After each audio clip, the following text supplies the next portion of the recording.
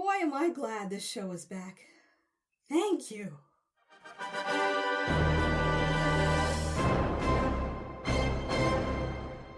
Please be advised that there are spoilers ahead related to the property being watched and/or discussed in this video. And please note, this reaction does not contain a picture-in-picture view with the audio from the episode. Instead, this video is designed as a watch-along style. Click on the link displayed on your screen to find out about 3 easy ways to watch this episode with me using your own devices. Hello! Welcome. If you are new here and if you're a returning subscriber, welcome back. Thank you so much for tuning in. This is my channel where I like to watch, react, and review a very small collection of stuff related to sci-fi, fantasy, and sometimes comic books. So, this video is broken up into a variety of segments. This is going to be the longest video out of all my reaction videos to The Expanse Season 6. So if you want to skip over to different parts of it, use the timestamps in the description box below. To give you an overview of what to expect, I'm going to start with a very brief review of the Strange Dogs novella, which I have read, okay? And then, of course, my reaction to episode 1 of the 6th season of The Expanse, titled Strange Dogs, and then cap it off with my concluding thoughts about the episode. Okay, now I'm going to dive into my mini review of the novella Strange Dogs. So, spoilers ahead. The banner's on the screen. You have been warned. And if you want to elaborate on the spoilers about this novella in the comment section, start it off with book spoilers, okay? And then continue on with your comment. And not necessarily for my sake, because I'm not that picky about book spoilers. Honestly, I'm not. It's mainly for viewers who I want to be considerate of, who haven't read the books and who don't want to be spoiled about them. So please be considerate of those particular viewers. Here's my copy of Strange Dogs on my Kindle. And I will say, for starters, this was one of the best short reads of anything I've read in the last 6 months or so. I am so pumped to read all of the books and the novellas related to The Expanse, especially after my experience as a book reader, watching another adaptation on Amazon and the turmoil and inner roller coaster that has caused. I am more than happy and very willing to jump ship into a new fandom, a different fandom related to this amazing show. Now, when it comes to this particular novella, I'm just going to kind of give you an idea of some of the main things that I really enjoyed, starting with my experience reading through the eyes of a 10-year-old character, a young girl named Kara. The last time I've read a book where the perspective was predominantly through the eyes of a child was when I was in grade school, when I would read these French mystery novels, mystery detective novels. And so I was a bit surprised, like, wow, all right, we're diving into the Expanse world, which is quite heavy with a lot of stuff that I understand and don't understand. And it's going to be through the eyes of this 10-year-old girl. And I have to say, I really enjoyed the experience, and that's no thanks to, of course, the amazing writing quality. Not only was it engaging to see how she perceived her parents, her world on Laconia, her own personal takeaways about how her parents described their life on Earth, even though she was born there and she came to Laconia as a young child, she has no attachment to this unknown world, which heavily influences her choices, her bold choices, especially towards the end of the novel.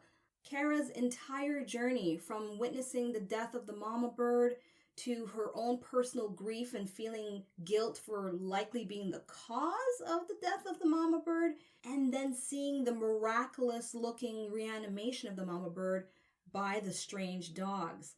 All of that kept me on the edge of my seat till the last sentence of the chapter, which literally pulled out a giggle. I was laughing along her little brother Zan.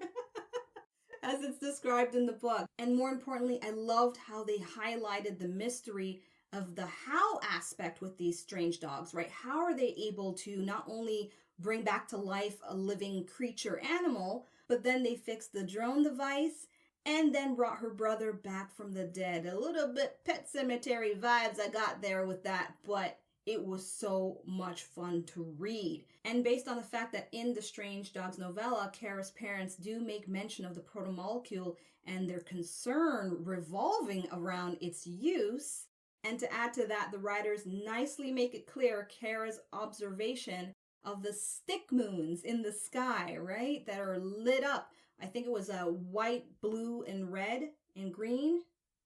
Or maybe there was no red, white, blue, and green. Huh? Overall, it was a fantastic read, and I want to share with you one of my favorite perspectives from Kara that's described in the book.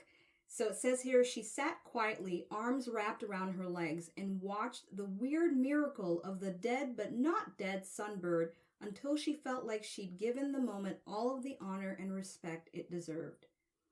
It's stuff like this where you're just like, dang, what an amazing character. And I really hope that Kara, as a grown-up, hopefully alive and human, or alive and reanimated, who knows?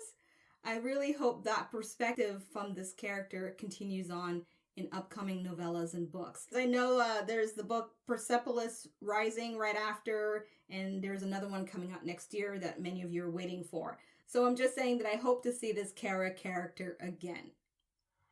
Okay, that was my mini review of the Strange Dogs novella by James S.A. Corey, the team duo of writers. And now on to my reaction to episode 1, titled Strange Dogs of the 6th season of The Expanse. Are you ready?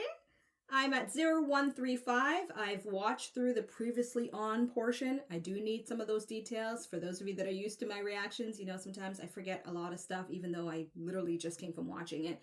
It happens. Okay, so I'm ready to count down to play. Let's get to it. Starting at 3, 2, 1, play.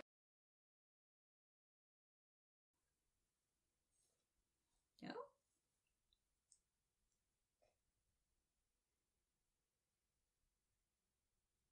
Oh my gosh! They're playing it out.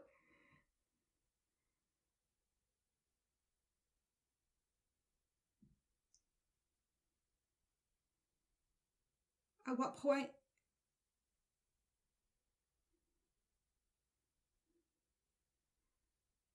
Eating some nut bread. Oh.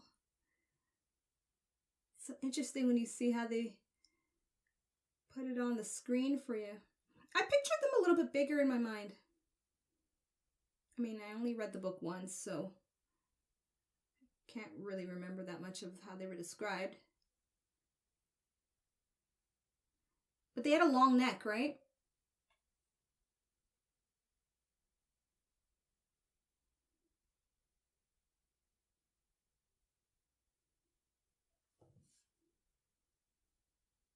Mm.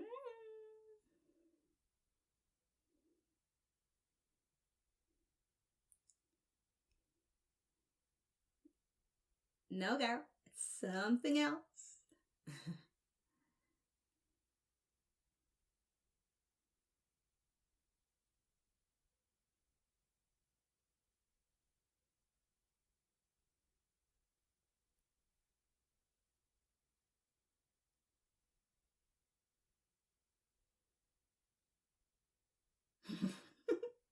Great casting with this little girl.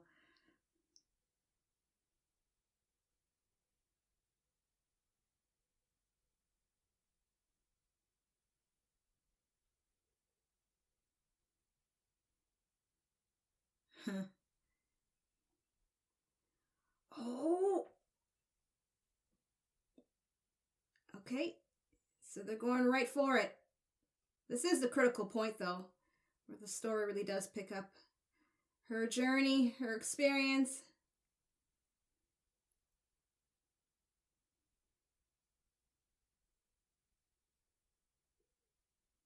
And for those who haven't read the novella, Strange Dogs, I am in constant reminder for myself not to accidentally spoil anything.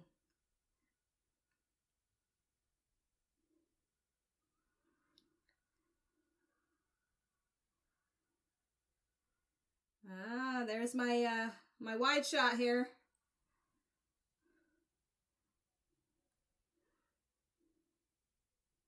Laconia, where there's trees and fauna. Okay, all right. So I know all of you are going to be like, okay, do you notice all the differences? I'll see what I can spot. It's likely going to be the really obvious stuff, but you know I'll probably miss a lot of it. All right, that's Earth. Earth is gone to shit. Oh, gosh, I love this theme song so much. Are those the stick moons? I don't know. Yeah, this is all new here. Oh, the ring gates. The Red Fury. That's what I'm calling it. Red Furies, maybe plural.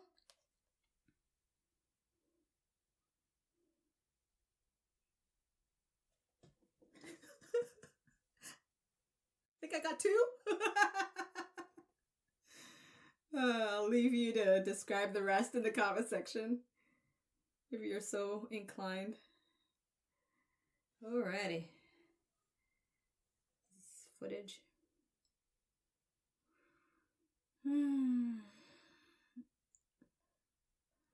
Oh wow, impact after impact.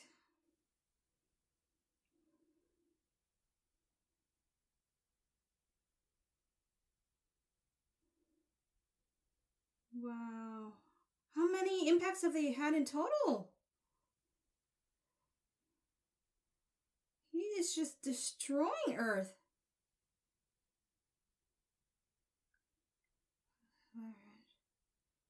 Alright. Palace Station, good luck. Rocinante joins the fight! And that's what I'm here for.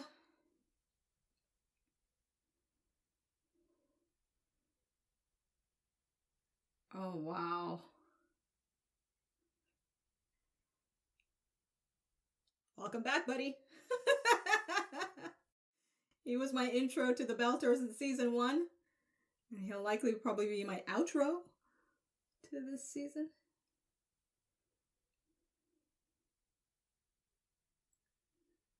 Ooh, ooh.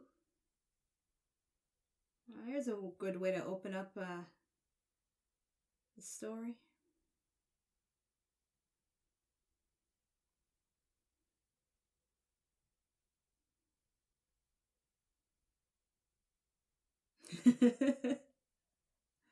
That's very true.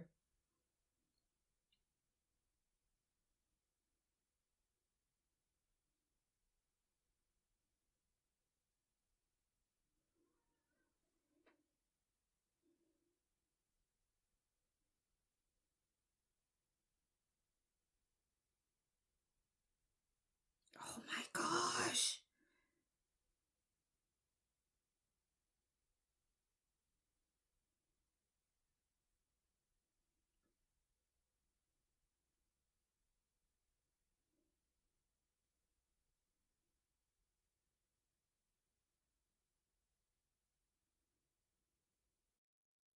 Progress.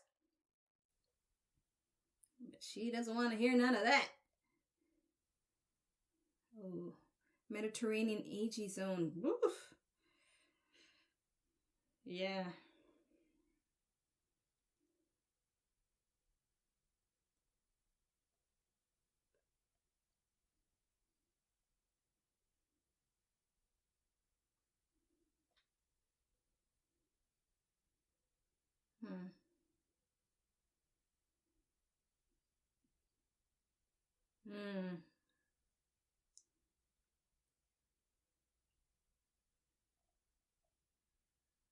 Slowly poisoning everyone.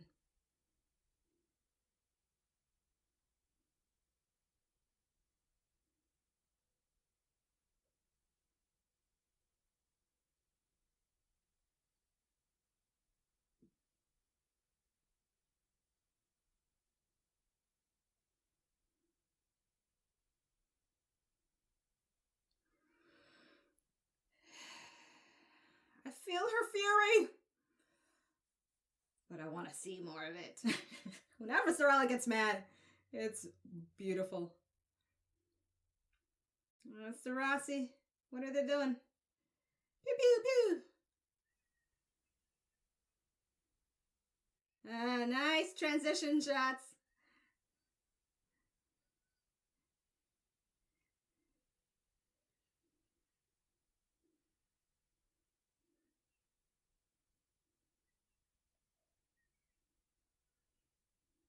Get him! Get him!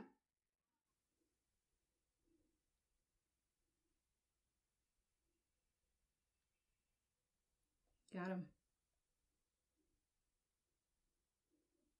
Well, it looks like it got him.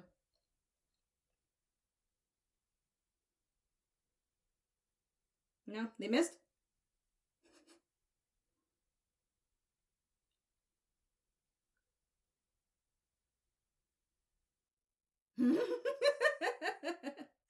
Confirmed.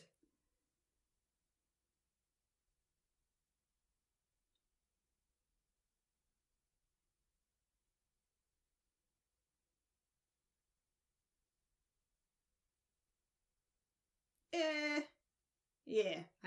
I want to see him try for real.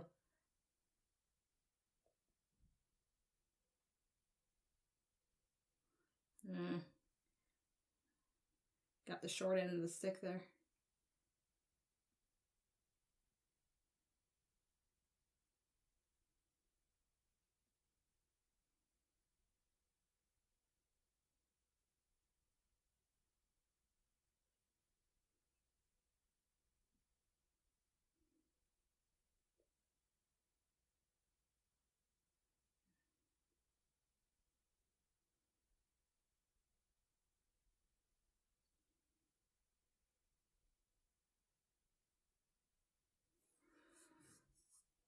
Back to business.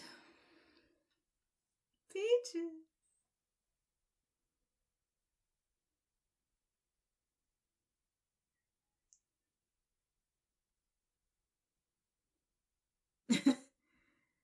One happy little crew here.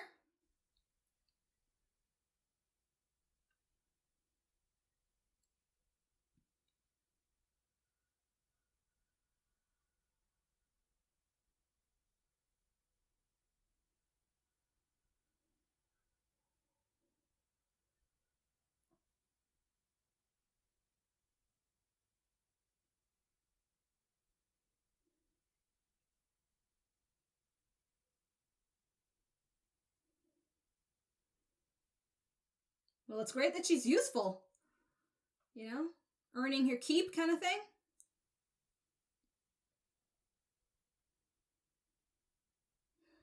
Indeed.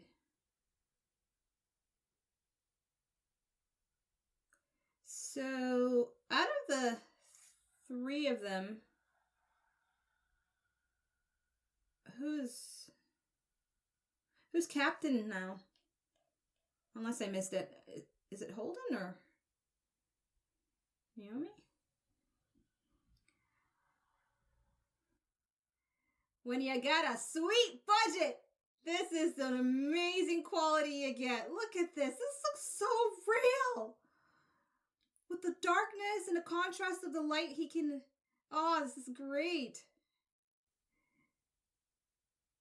Y'all know I'm going to be loving the behind-the-scenes footage with this if they show it.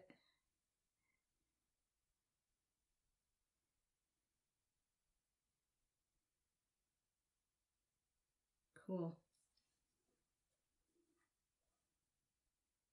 So they're analyzing the asteroid.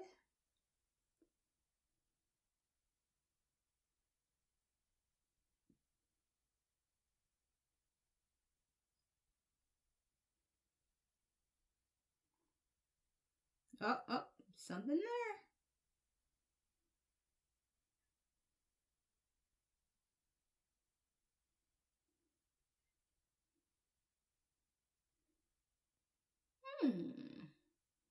It's a trap!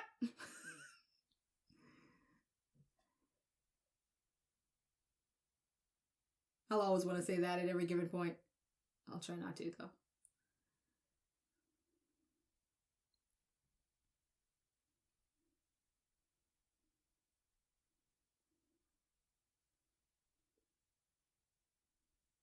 Series station. I barely saw that. I'm surprised I even caught it. I'm trying to train my eye more and more to pay attention to detail, but I make no promises. Who's it? Oh, Philip. All right, bro. Getting it on in tight corners, but wide enough for the deed.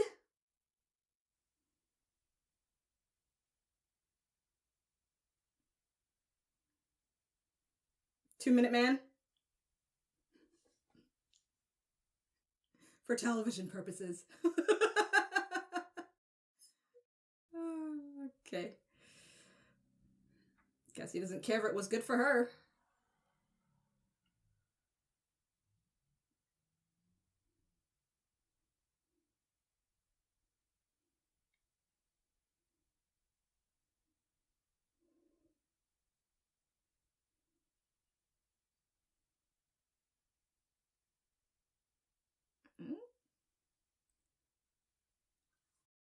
What?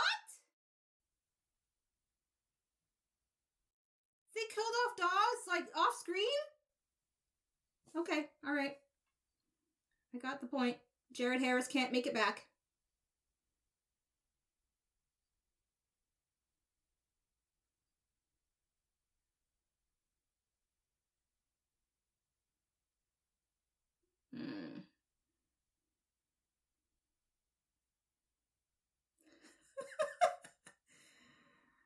Is he like...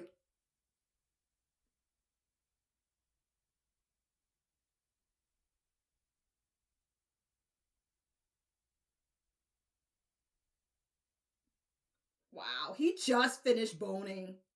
And he is, well, he's young. Chalk it up to youth, you know? Youthful stamina.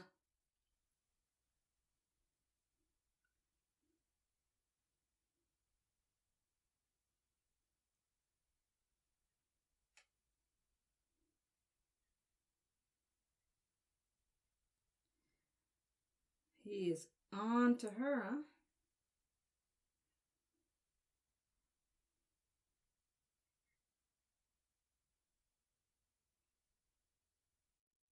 Oh!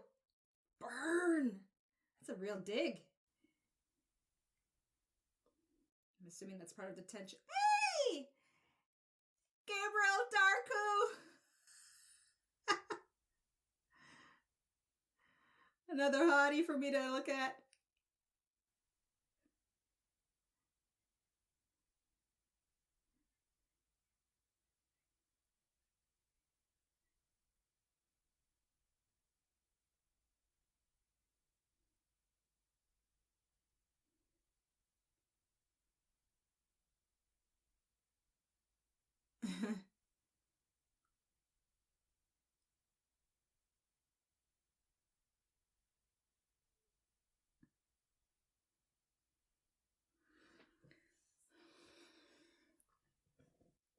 Oh, he's enjoying his fame and celebrity. One of my TV baby daddies.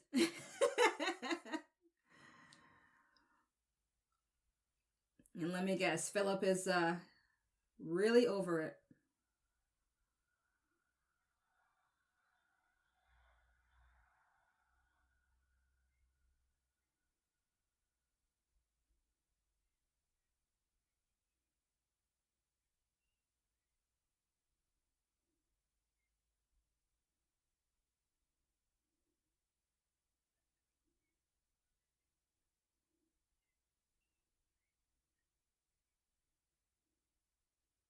Mm.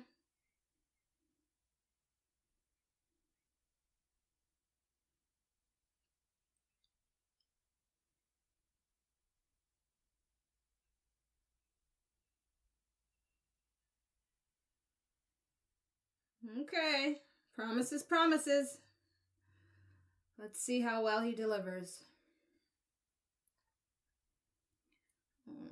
Well, they've done a good job in showing some serious conflict, internal conflict with Philip.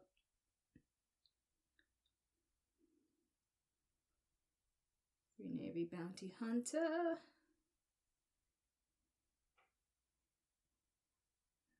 assuming this is going to be a drummer scene.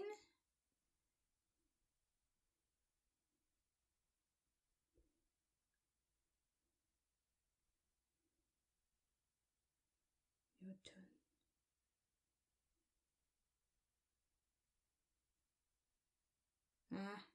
Yeah. That is her, right? Drummer's wife. Yeah. My girl! Drummer!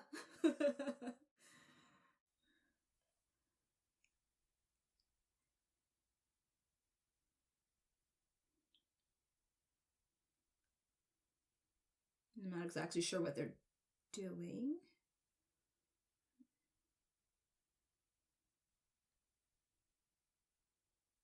Okay.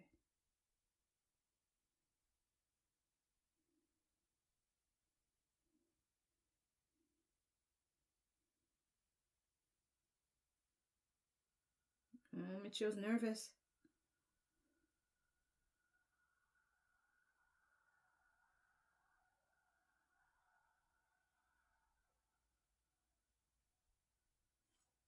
Oh, she hit the wrong button. Oh, shit.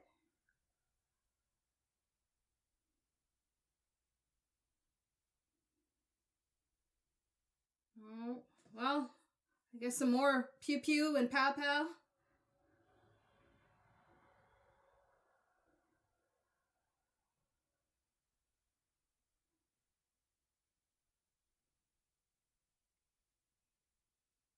Oh no.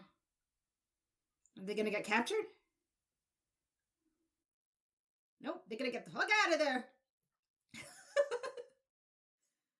Woo.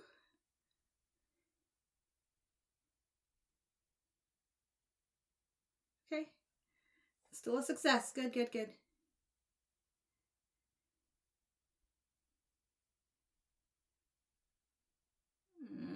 Michio.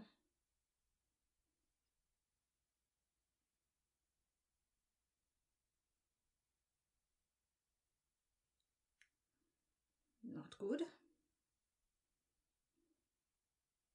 Oof. Well, I thought they escaped, but other way around. All right, they killed them.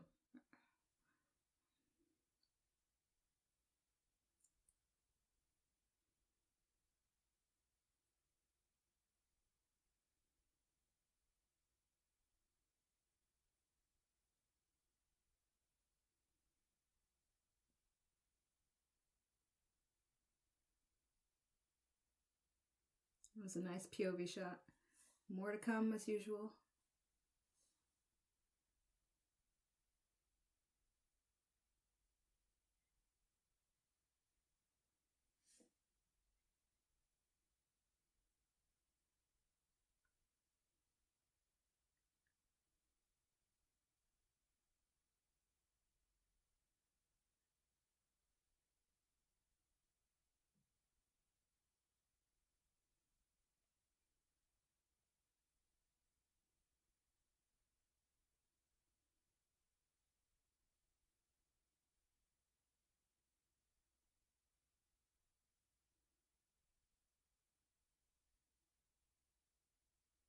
And then there's the aspect of how much of these setups could be just traps, right? It's quite a risk.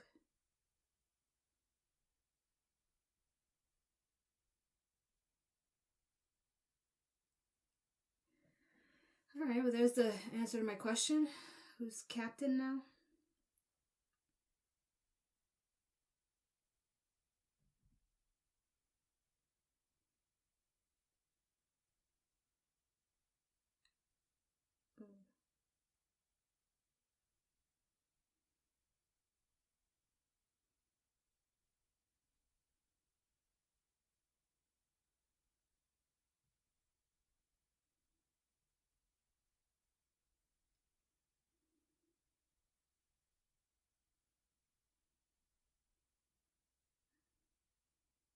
Hmm.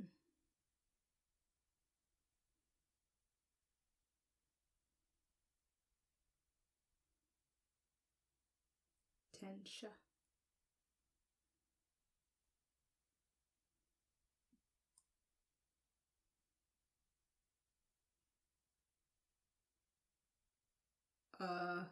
I don't think that's good. Oh, shit! It's activated!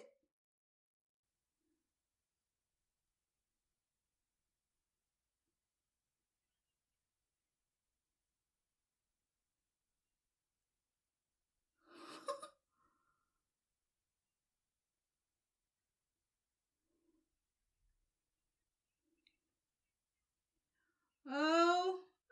Oh. Oh!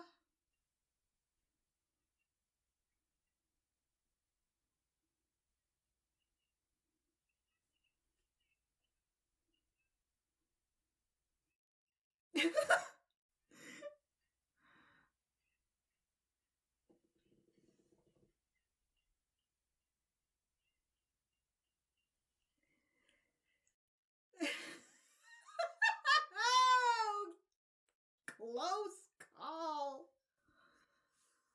Woo-wee. It worked.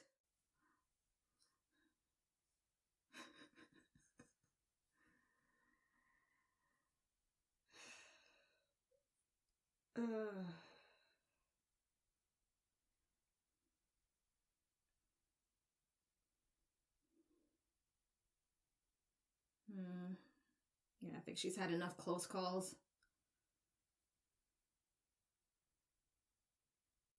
It was great though. The tension build up. Nice payoff too.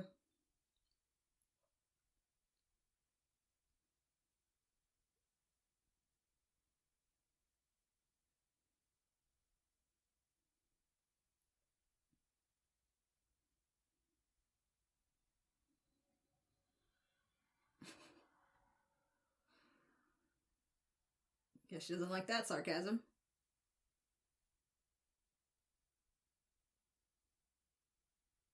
No, they don't get along with her.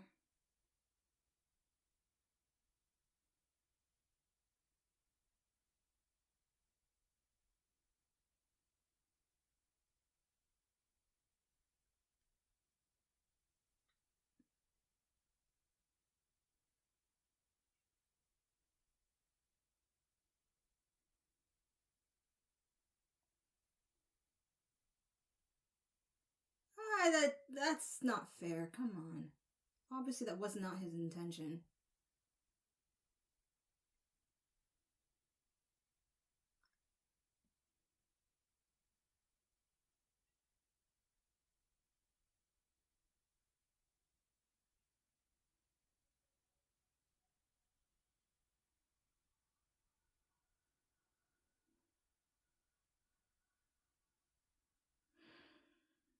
Okay, well, that settles that.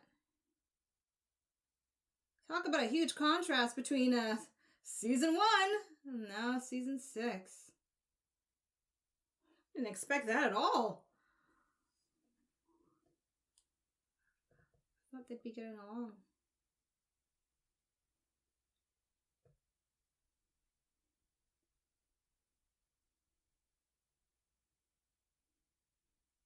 Triton.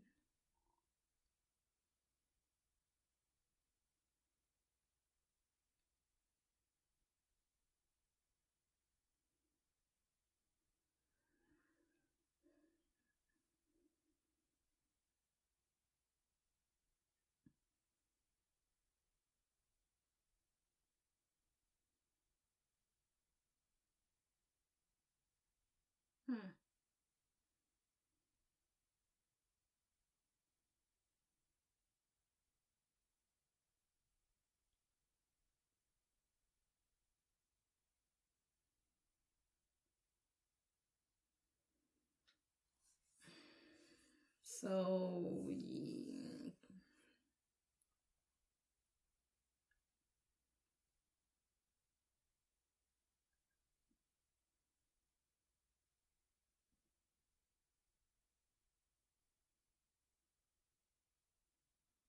you better mean it. No room for betrayals here.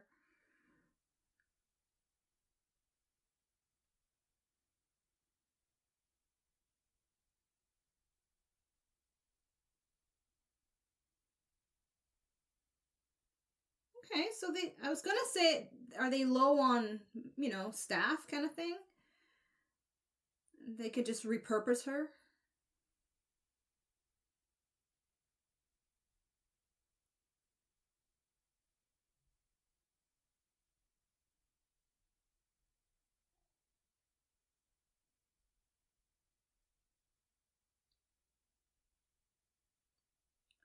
Oh,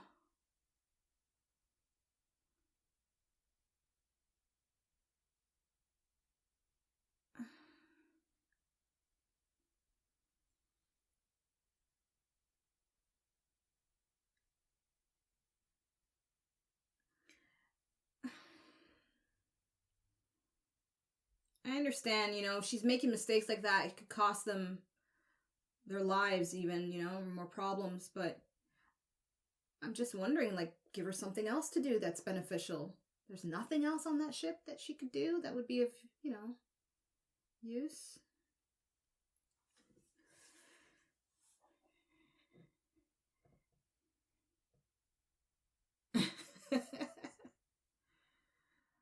A lot of tattoos.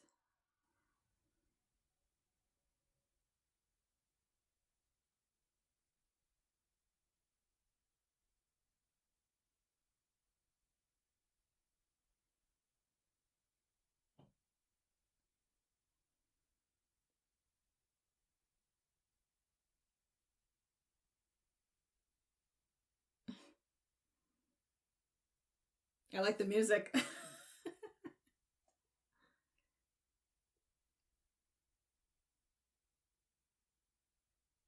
Very reggae.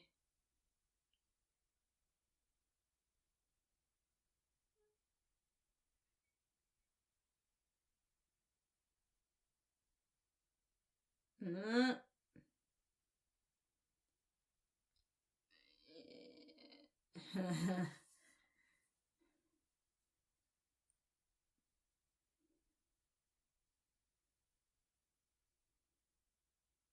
Mm, Philip is not liking that.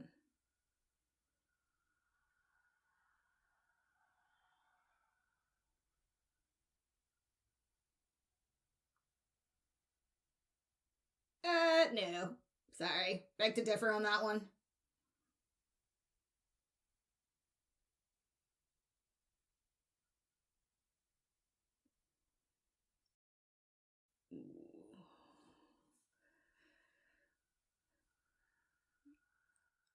My guilty conscience is overcoming me.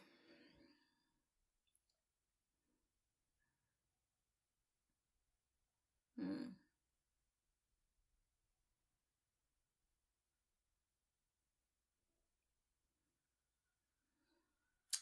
Okay.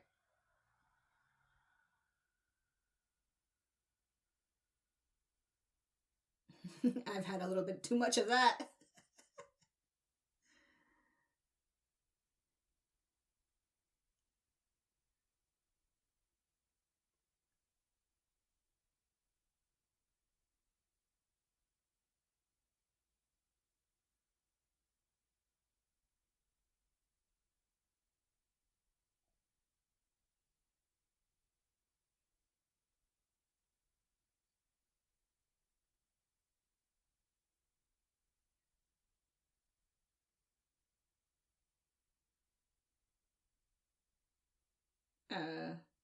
Wow.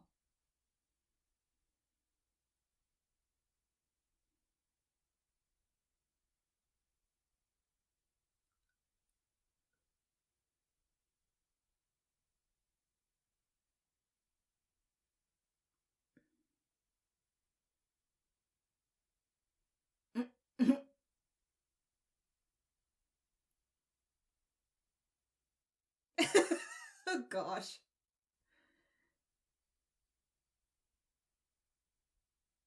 Oh, yeah, thanks for coming out, kid.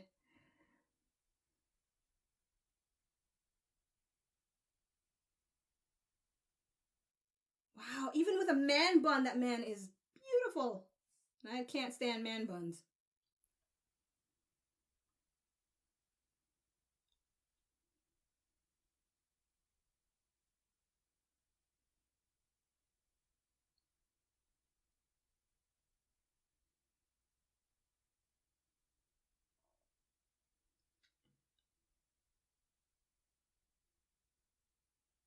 Oh, there's our Furies.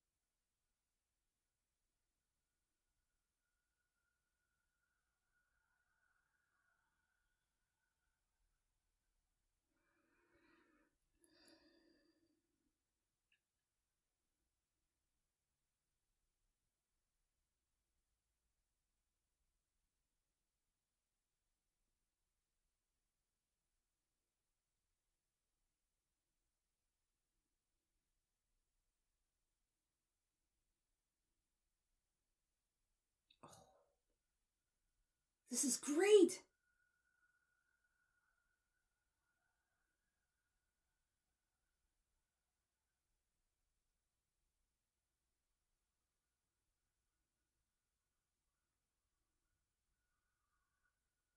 Find the ship,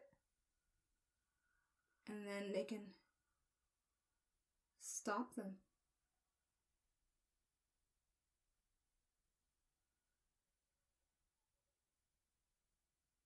Sorry, dragon.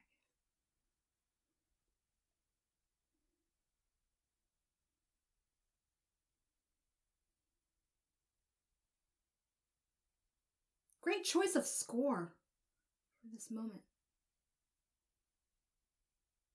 Ha ha ha. That's good. That's good.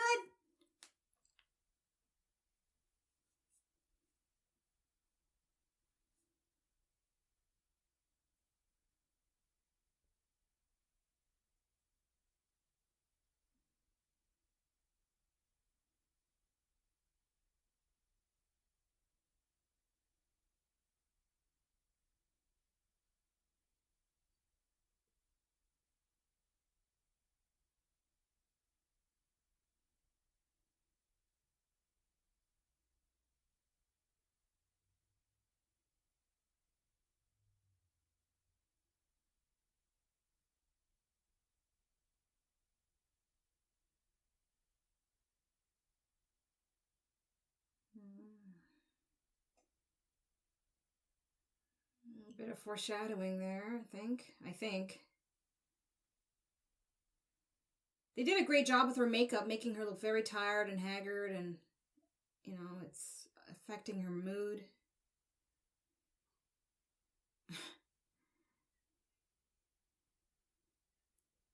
Gosh, she looks so good. Look at her. Ah.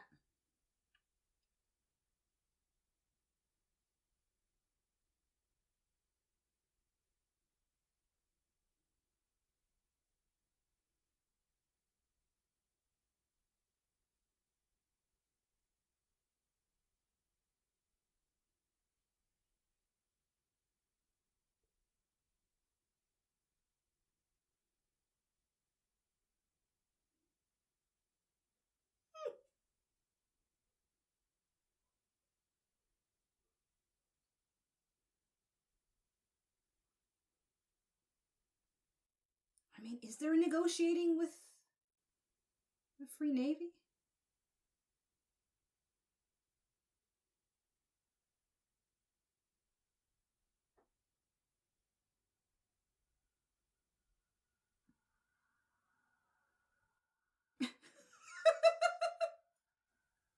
Touche. Got you there, Bobby. Negotiations with the Free Navy. I was just wondering how plausible that is, considering how much Marco wants to just destroy everything. He wants more than a drink. She knows it. She's got to play it cool. Oh.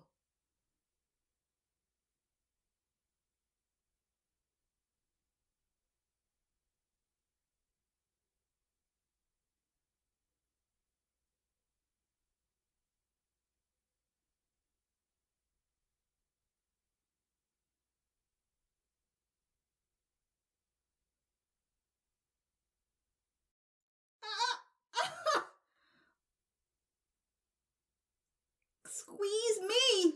Mmm.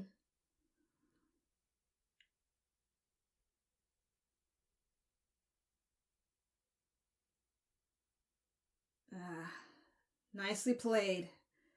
Calm him down, hopefully.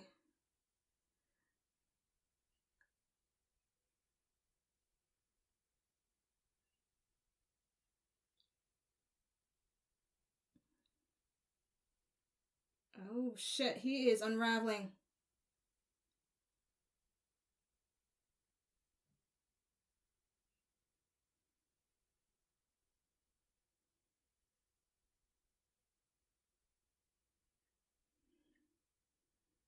Alright, fight, fight, fight. Holy shit! Okay. Uh.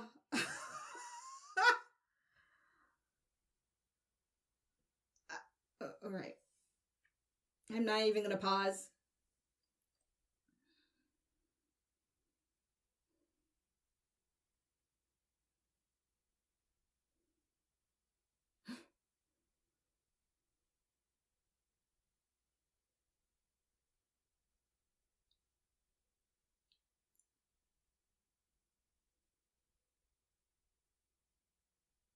It looks comfy.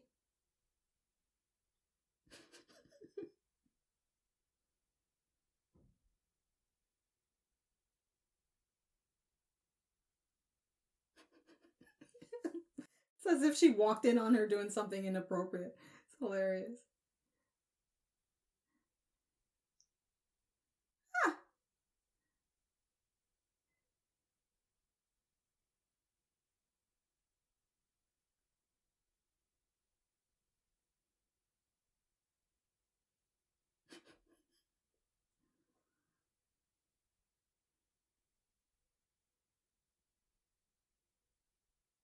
Hmm.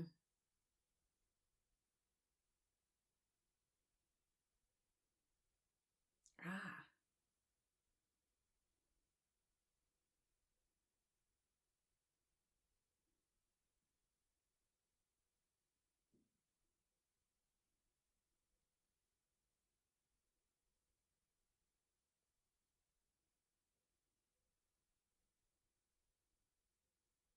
So that's how Bobby ends up on the ship to help them out, right?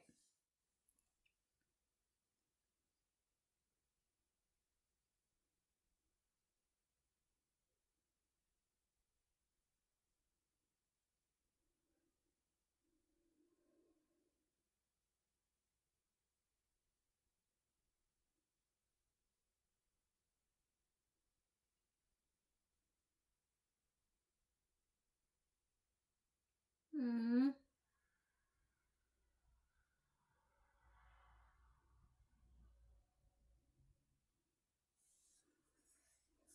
Yay!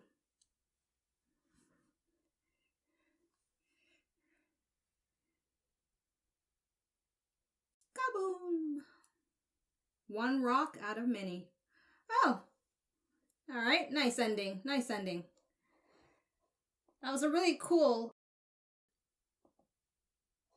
tie-in, right? For what's to come with the mystery. I like how they ended that. Not too overly, cliffhanger-ish. Alright, so some of my thoughts are coming up for you.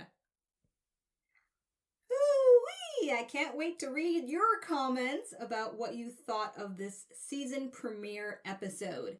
Now, as for my takeaways about this episode, I'm going to try to keep it short and sweet and kind of go with the order of how I remember the episode after just watching it now for the first time.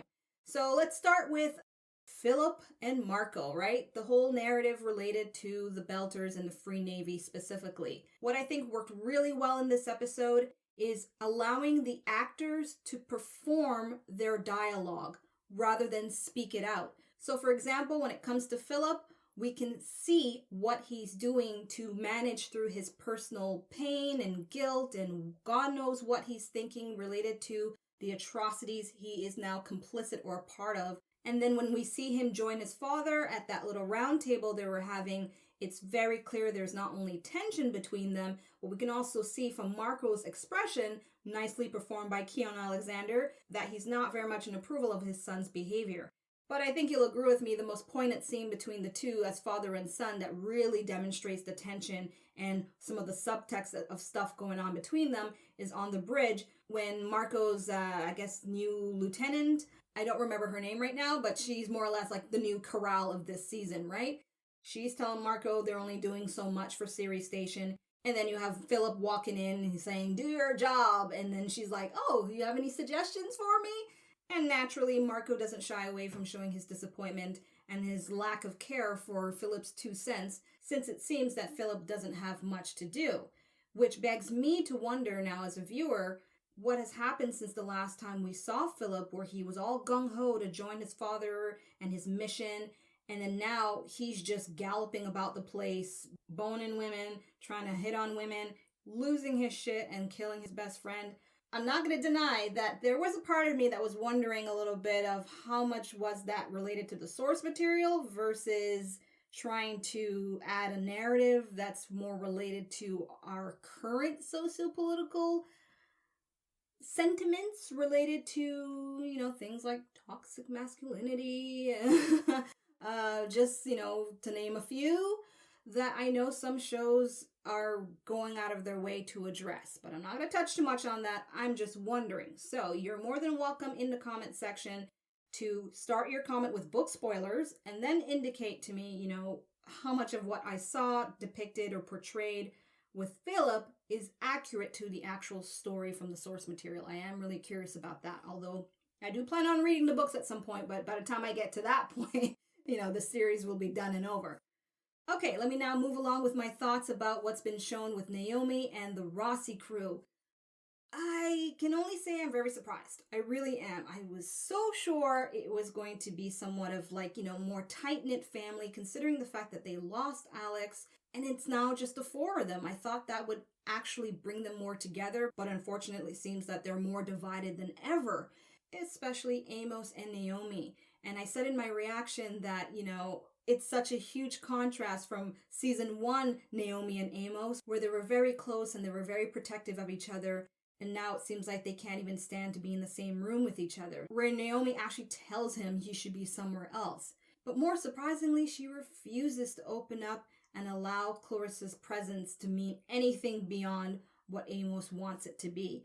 So on one end, for dramatic purposes, I can see the soap opera of that playing itself out, where perhaps Clarissa will do something that will really shine in Naomi's eyes and bring them together as BFFs.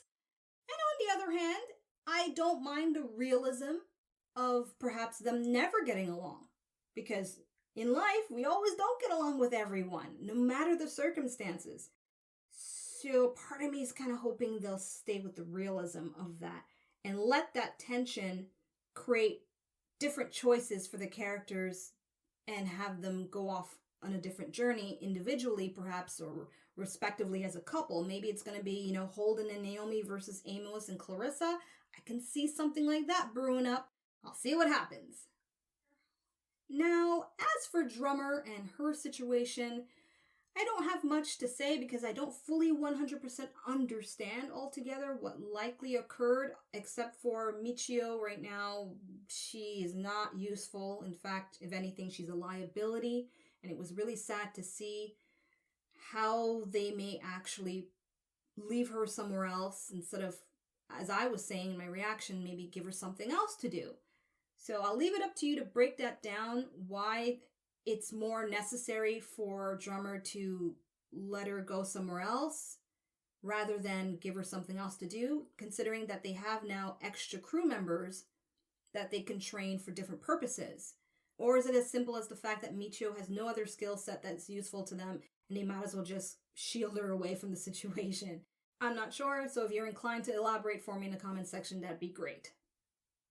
Now, as for the last part of this episode that I want to chime in with my 2 cents, let's talk about the beginning of the episode. I said at the beginning of this video that I've read the Strange Dogs novella, and so watching the portrayal of some of the stuff that happened in that book and watch it be portrayed accurately is amazing for me right now, under the circumstances. And the reason for that is because I'm a book fan for another series of books that has recently been adapted to television, and I have to use those air quotes because reasons, okay? And so it's been disheartening for me. I'll say this much, and I'm not going to mention the series. You may already know what it is, but I'm not going to talk about it too much in this video.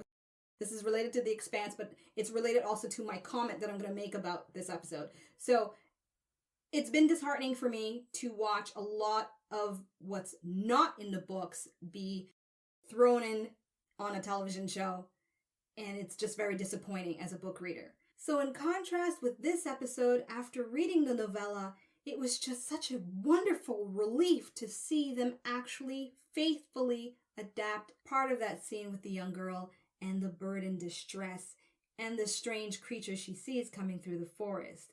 It's pretty much the same as it's described in the book, and it just felt so good. And I'm going to tell you right now, I am so jealous of all of you book readers of the Expanse series, because all I'll say right now is count yourself lucky and fortunate that at this point you have a television series that has been, for the most part, from what a lot of you have said over the past few months of me reacting to the show, a lot of you have confirmed that the adaptation with this show has been quite faithful to the books for the most part. I want that experience as a book reader, and so far with the other property I just kind of referred to, I am not having that experience. So it's nice to have it just in a brief manner with this Expanse episode. So there you have it, everyone. That is my reaction and some of my key thoughts from episode 1 of the 6th season of The Expanse. I hope you've enjoyed this video. I cannot wait to read your comments relevant to this episode. Oh, I'm just itching for it. I'm itching to read them. And if you do enjoy my videos and you want to support my endeavor to expand this channel and react to more stuff, there's details in the description box below as to how you can support my channel. I'd really appreciate if you just take a quick second and take a look at those details. But nonetheless, until my reaction to episode 2, I'm Asha, tuning out. Goodbye. Thanks for watching. Check out my other videos and subscribe. You know you wanna.